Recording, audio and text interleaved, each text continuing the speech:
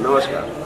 नमस्कार, प्रणाम। मैं समर चतुर्वेदी एक बार फिर छोटी सी इस पत्रकार वाली भूमिका में अपने बाल सखा का एक छोटा सा साक्षात्कार ले रहा हूँ। ये है फिल्म दत्तक पुत्र के निर्देशक मेरे बाल सखा प्रमोद शास्त्री जी। प्रमोद जी, सबसे पहले तो अयोध्या की इस पावन धरती को आप बार बार क्यों चुनते हैं?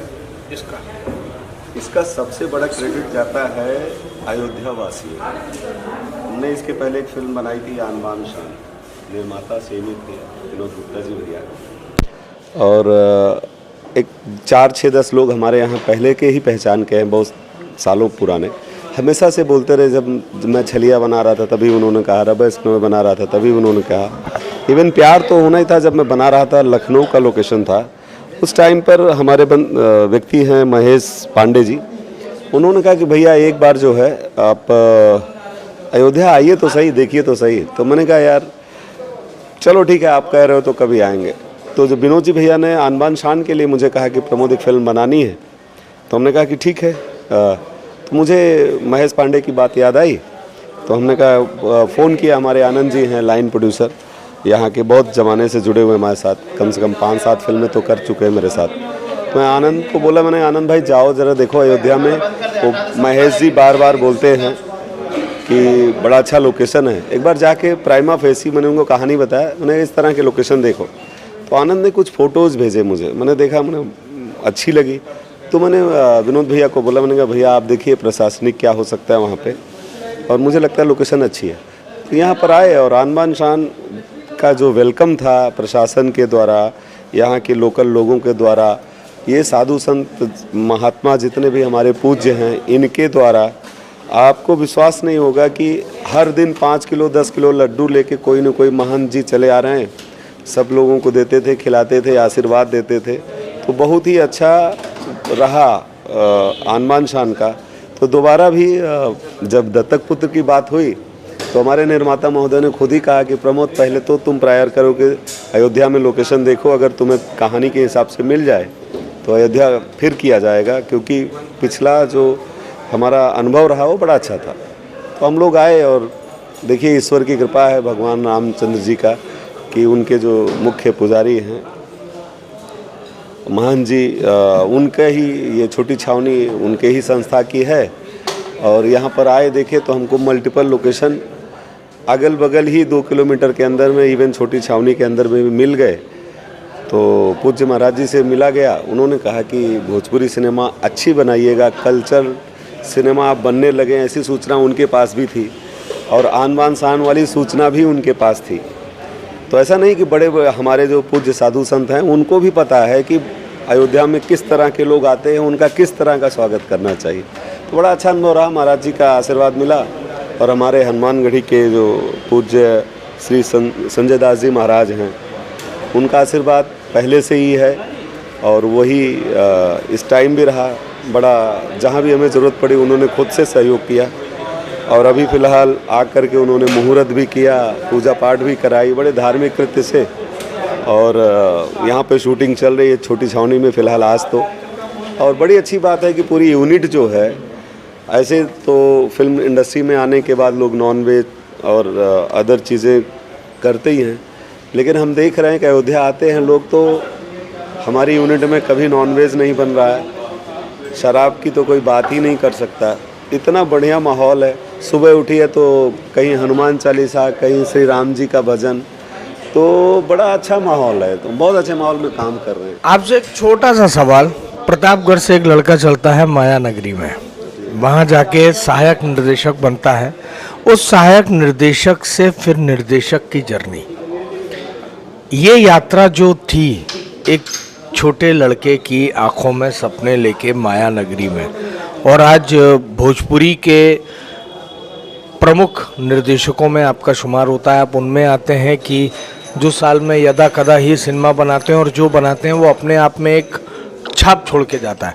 तो इस लड़के की यात्रा के बारे में बताएं जिसका नाम प्रमोद शास्त्री है। सर 15 साल 16 साल की जर्नी है, अभी 15 मिनट में बताना भी बड़ा मुश्किल है। इन शॉर्ट बताएं तो मुझे ऐसा लगता है कि मैं ही नहीं, जो अभी जिस भी लेवल पर मैं गया हूँ, 7-8 फिल्में बना दिया हूँ, 250-300 एपिसोड सीरियल डायरेक्ट किया, हिंदी फिल्म बहुत बड़ी फिल्म बना रहा हूँ, तुम तक, जिसकी पूरी शूटिंग हो चुकी है, उसके गाने अभी कश्मीर में करना है। इस शूटिंग के बाद जाके उसका भी गाना मैं शूट करूँगा।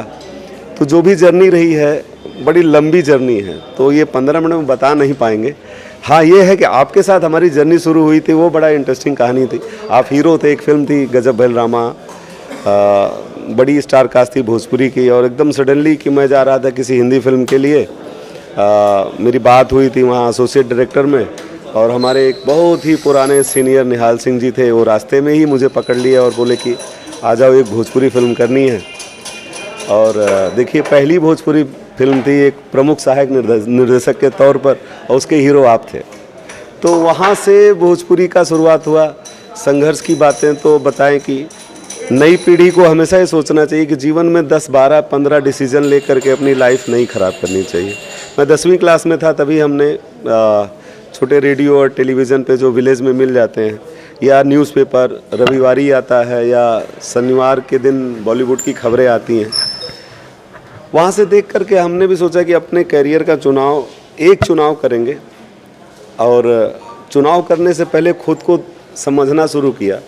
दुनिया भर के जो बड़े टॉप के निर्देशक थे, उनकी जीवनी पढ़ना शुरू किया, उनके संघर्ष को समझना शुरू किया।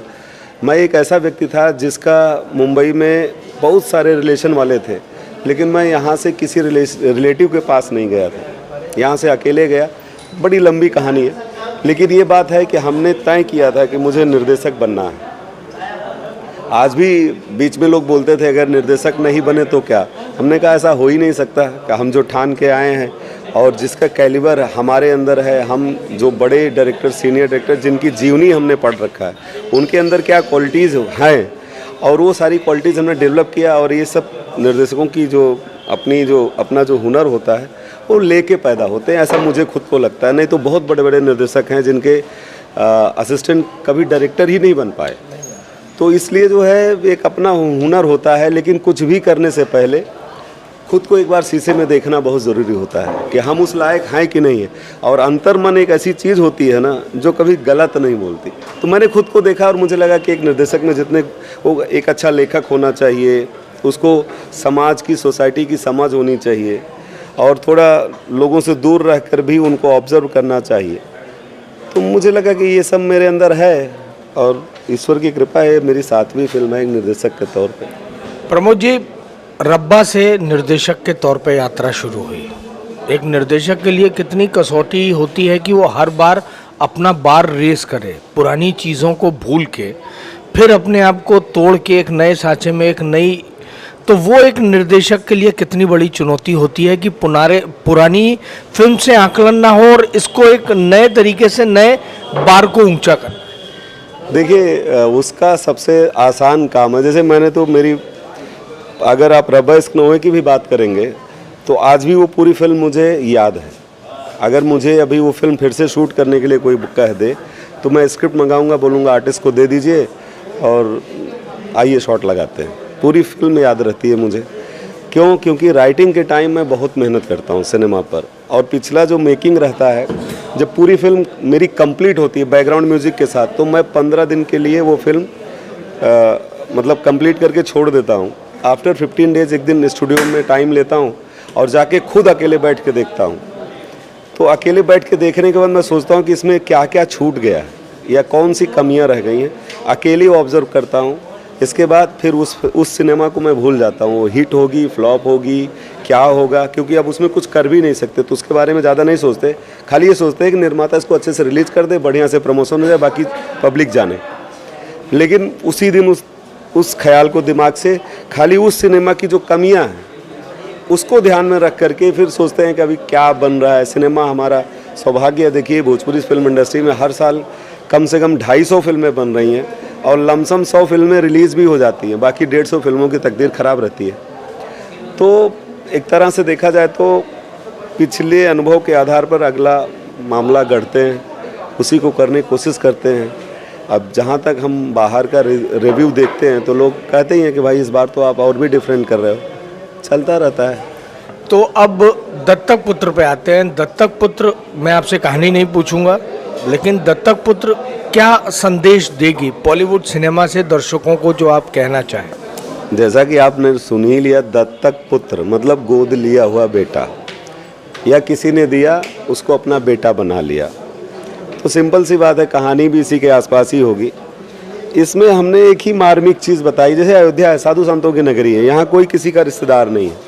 कोई आया आराम से त्याग तपस्या करके और फिर एक किसी गुरु की शरण में चला गया, और बाद में पता चला कि वो महंत जी या गुरु जी उसको अपना उत्तराधिकारी मान लेते हैं।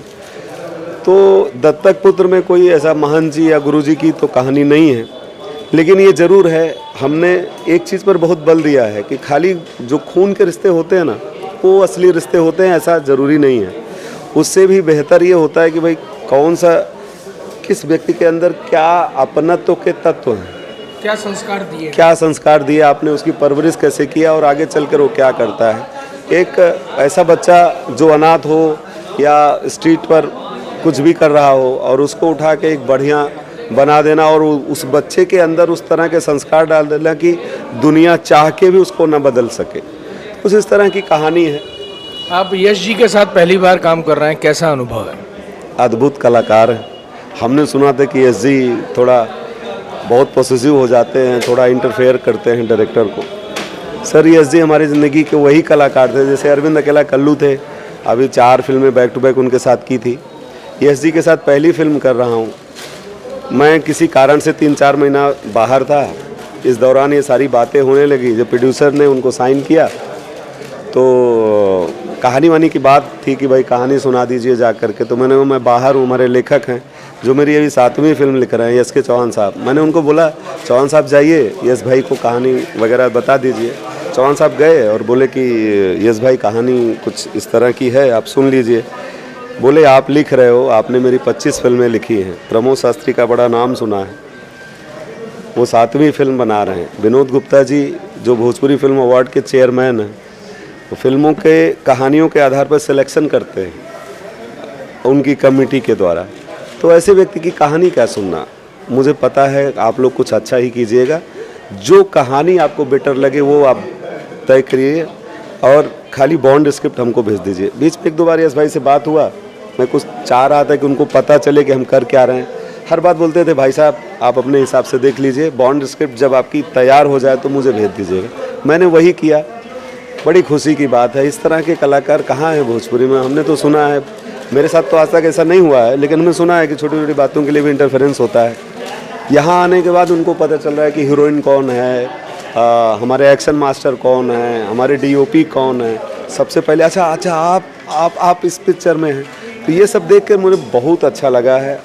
और देखा जाए तो फाइन एक्टर, जिसे लेंसेज का एक सेंटीमीटर का नॉलेज हो, जिसे ब्लॉक का उसको पता है कि उसको कहाँ प्रेजेंस देनी है, वो किनको कवर कर रहे हैं या उनके सामने कौन आ रहा है, लाइट का शैडो कहाँ है। एकदम फुल मैच्योर आर्टिस्ट। भगवान उनको अच्छा टाइम भी दिया है इस समय कि टेलीविज़न पर तो टीआरपी के बादशाह कहे जा रहे हैं। बड़ा ही अच्छा अनुभव है यश भाई के साथ। बताएं, दर्शक जानना चाहते हैं। स्टार कास्ट में सुभी शर्मा जी हैं जो हीरोइन हैं। देखिए पहली बार उनके साथ भी मैं काम कर रहा हूँ। कम फिल्में करते हैं, साल में 1 फिल्म करेंगे तो कितने लोगों के साथ काम कर लें। उसमें भी कुछ पसंद के एक्टर हैं, जैसे आप हैं, आपके साथ मेरी 3री फिल्म है, बाल सखा तो हैं ही आप। देव सिंह है, उनके साथ मेरी ये 5वीं फिल्म है। तो कुछ ऐसे भी एक्टर हैं जिनके साथ काम करते रहते हैं हमेशा, ताकि मतलब एक होता ना कि यार ये रोल है तो इस पर हम रिस्क नहीं ले सकते, तो यार इनको हमने चेक किया हुआ है, ये रोल इनको दे देते। 1-2 एक्टर तो हर डायरेक्टर के पास होते हैं, हमारे पास भी है। इसके अलावा जो है आप हैं, शैलेंद्र श्रीवास्तव जी हैं, संजय वर्मा जी मेरे साथ पहली बार काम कर रहे हैं, 10 साल पुराने अच्छे बेहतर कॉमेडियन हैं। इसके अलावा मनीष चतुर्वेदी जी हैं, बहुत सारे कलाकार हैं जो हमारे साथ काम कर रहे हैं। और इस बार हमने ट्राई किया है कि भाई कम से कम 1-2 कलाकार जो हमारे साथ पहले काम किए थे, उनके अलावा सारे उन कलाकारों को मौका दूं मैं जिनके साथ मैंने काम नहीं किया है या जिनको अभी एक अच्छे कैरेक्टर की ज़रूरत है।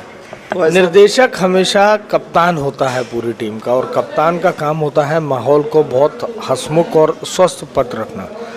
ये क्या राज की बात है कि आप कलाकार को फूल की तरह रखते हैं और हंसते खेलते काम करा देते हैं, टाइम से काम शुरू होता है, टाइम पे ख़त्म होता है, ये क्या राज की बात है? क्योंकि यहाँ कोई चिल्ला चौंक नहीं होती, कोई गाली गलौज नहीं होती सेट पे, हर आदमी अपनी नैतिक जिम्मेदारी समझ के काम कर रहा होता, लेकिन आपका जो कैप्टन कूल धोनी वाला जो एटीट्यूड है, जो मैं शुरू से देखते आ रहा हूँ, इसका राज क्या है? इसके अब शायद स्क्रीन पर कहना अच्छा तो नहीं होगा, लेकिन मैं शायद भोजपुरी के कुछ चुनिंदा निर्देशकों में हूँ। जैसे कोई ये नहीं कह सकता कि मैंने 10 रुपए का पान भी प्रमोद शास्त्री को खिलाया है। आप समझ रहे हैं मैं क्या कहना चाह रहा हूँ। इसके अलावा पैकअप के बाद कौन क्या कर रहा है इस पर बिल्कुल ध्यान नहीं देता। होता है क्या है, सबकी अपना एक लाइफ है, सबका अपना एक जीवन है। मुझे किसी भी कलाकार से, आप हमारे बाल से कहाँ हैं, 15 साल पुराने मित्र हैं, लेकिन हम कभी आपका ही हालचाल पूछते हैं, इसके अलावा ये नहीं पूछते कि आप कहाँ गए थे, क्या कर रहे थे। उससे हमको कोई मतलब नहीं रहता। और दूसरी चीज़, मैं 9 बजे का कॉल टाइम देता हूँ। आज तक जितने भी कलाकार अच्छे दिग्गजों के साथ काम किया, 9 बजे का टाइम दिया और 9 बजे सेट पर आ जाते हैं। और मैं 9 साढ़े 9 से ज़्यादा काम भी नहीं करता हूँ, दिन भर सेट पर रहता हूँ किसी के। तो मैं खाली इतना चाहता हूँ कि जब मैं आपको बुलाऊँ तब आइए। जो बोल रहा हूँ, मैंने जिस चीज़ को, मान लीजिए यही कहानी है, इसको मैं 4 महीने से जिया, तो मैं चाहता हूँ अपना कैरेक्टर आपके ऊपर दे दूँ, आप उस चीज़ को पूरा निभा दीजिए। बाकी और ज़्यादा कुछ चाहिए नहीं होता कलाकारों से। तो इसलिए, और एक होता है ना कि जब खुद व्यक्ति डिसिप्लिन में रहता है तो उसे देखकर लोग डिसिप्लिन में आ जाते हैं। ये बात सिंपल सी बात है। बॉलीवुड सिनेमा के दर्शकों को क्या कहना भाई, बॉलीवुड सिनेमा के दर्शकों को बहुत बहुत नमस्कार। इस तरह से इस चैनल को देखते रहिए। और ये एक ऐसा चैनल है जो किसी भी निर्देशक का कोई भी इंटरव्यू, किसी भी कलाकार का कोई भी इंटरव्यू, वो भी साफ गोई के साथ आप तक पहुंचा सकता है। इसलिए आप इसको लाइक कीजिए, सब्सक्राइब कीजिए और देखिए, हमारे तरह के निर्देशकों का बहुत सारा इंटरव्यू आपको मिलेगा और कुछ जानने की भी आपको प्रेरणा मिलेगी। चलते चलते बस एक छोटा सा सवाल, आने वाले नए कलाकारों के लिए क्या एक संदेश देना चाहते हैं? इस फिल्म में कम से कम 6-7 ऐसे कलाकार हैं जो या तो छोटा मोटा रोल किए रहे होंगे, जो कभी एम्फसाइज नहीं हुए, या पता नहीं उन्होंने काम भी किया होगा कि नहीं, मुझे नहीं मत पता। इस बार हमने 6-7 ऐसे कलाकारों को मौका दिया है जो प्रॉपर तरीके से दत्तक पुत्र में दिखेंगे।